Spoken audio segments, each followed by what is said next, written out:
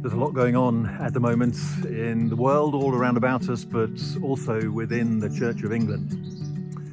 Part of our response to all the changes and the different challenges that we're facing at the moment has been to begin this exploration of how churches and schools and fresh expressions of church might work together within Minster Communities.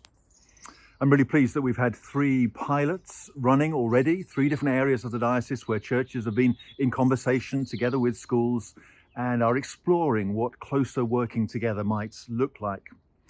And in just a moment, I'm going to be interviewing Shayne Ardron, who's one of the people who's been facilitating those conversations, and she's going to share something of her reflections, particularly as we now move into a slightly different phase to begin to gather the learning from those pilots and then explore how we might implement more of this around the diocese.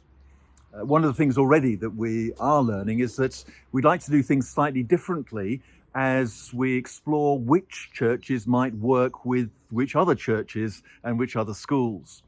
So the hope is in the future that we're going to be gathering larger groups in bigger areas across the diocese so that you can then discern which are the particular other churches that you feel you should be working with and what works in your own locality.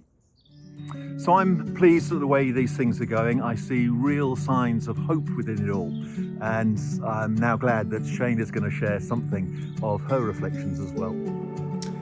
So I'm joined today by Shayne, who's part of our Bishop's Council and who's been involved in the Minster Community project from the outset, and in particular involved in the Lawns pilot. And we're enormously grateful to you for the amount of time that you've given to facilitating those conversations. So to start with, how have you found it facilitating that process? I found it really interesting in a number of ways, and it's been a new process for all of us, not just me. And what's been particularly interesting is getting to know the area and the group of people and the churches and how they could develop a sense of working together. And it's been very exciting and fascinating to do it, but it's a big learning curve for me as well as everybody else. Absolutely, indeed, yeah. So was everyone sort of positive about this when you started off on the conversations, or what were the range of feelings around it? As you would expect, there was quite a mixed bag of feelings from people. Some were very enthusiastic from the beginning, but others, you saw how their perspective changed as the process evolved and developed. At the beginning, there was understandably uncertainty as people weren't quite sure where we were heading.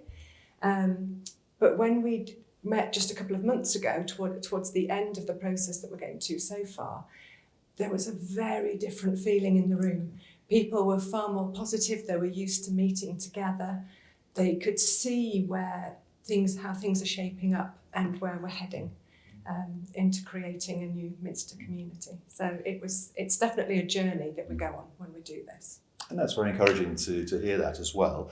The process obviously aims to take very seriously individual churches and their own contexts and their own particular dynamics, if you like. What did that look like in Lawns?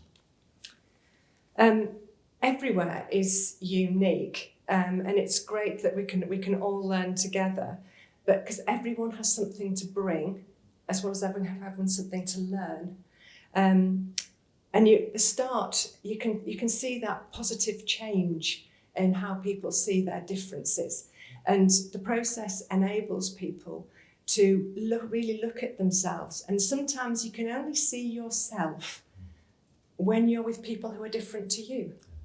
And you can really grow from that. And that really shows more of what you're like. Sometimes that's not always comfortable, but it's a really good thing to do. So that's been really positive in Lawns as people, even though they're all rural and there are similarities, they've found this has really helped.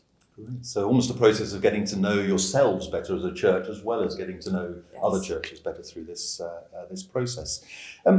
What most excited you about the last 18 months in Lawns?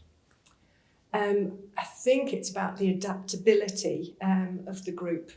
Their attitude has been key to enabling this to happen. The generosity of spirit that we've seen, And seeing where we are now compared to where we were when we started, if it hadn't had that kind of attitude, it would not have worked. It would not have been able to be as productive and helpful as it has been, because we've been learning through this as well as they have. So that attitude has been key. They've been very much the guinea pigs. So the diocese, everyone has a lot to say thank you for to the Lawn Deanery for doing this. Very, very grateful to the Lawn Deanery for that. Let me flip the question over. What's been most challenging then about it all?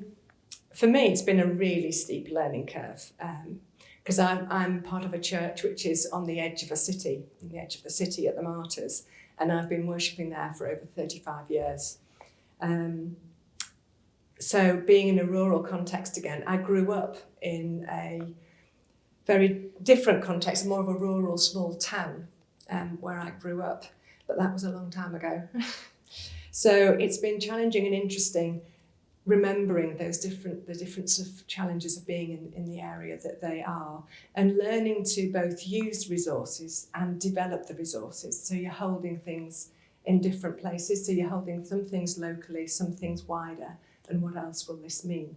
So you're balancing all of that out. So it's been a big learning curve, but it's been really good, and seeing where God's at work through the Lawn Deanery and through people's lives, and helping them to see it as well has been a key part of the process.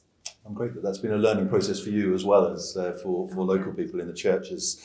Now, I know you've been involved primarily, obviously, in the lawns pilot, but you've been talking too with those involved in the pilot in North West Leicestershire, and those involved in the pilot in North East Leicester.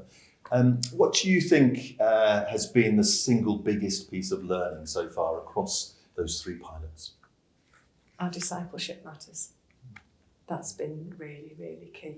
Our relationship, how we relate to God, is really, really important. And that changes how we hold everything. How we face how we celebrate and how we face the challenges. So that's really key. And there's a moment when people realise that our security doesn't come from our buildings. Our security comes from our faith. Our buildings are somewhere that enables us to congregate, to enable that to happen. But our security and strength is in God, and that we learn that through our discipleship. That's great. And if you had a message for any church that is beginning to explore Minster Communities in their own context, particularly looking ahead into 2023, what would your main message be to that church? Learn to talk to each other about your faith and talk about God. Let God be your firm foundation and your anchor. We've also find times to listen to God. Don't just talk about God, give time for God to talk to you, because that makes a big difference. This is a process of Christian discernment. This isn't just sort of a management, how can we sort of sort things? This is following God's lead, and we're seeing where God is in all of this. It's within the framework, it's got to be within the framework of the reality that we're dealing with our ministry, our finance and our buildings. And some we know and some we don't know. And this process helps sort of uncover both of those. But we can only do this with God. We can't do this on our own. The thing that came to mind the other morning was remembering the picnic that Jesus had and the boy who brought the fishes. And he brought the loaves and the fishes. And for us, that's like our buildings, our ministry, our generosity. And it was out of generosity that he brought those to Jesus. And then Jesus held that tiny amount for the number of people he was trying to feed, asked God to bless it, and then shared it out. The boy didn't give the resort, didn't give his loaves and fishes just for him to grow it for his group. It was to feed everyone. And I think that is a key part of the learning we need to do, that we're doing this for everyone. It's not just for us in our own local place. Well, thank you, Shayne. Enormously grateful to you, as I say, for the amount of time that you've given to this as a volunteer, so to speak. But we look forward to hearing more from you and indeed from others as we continue this process of exploring what it means to work together in Minster Communities.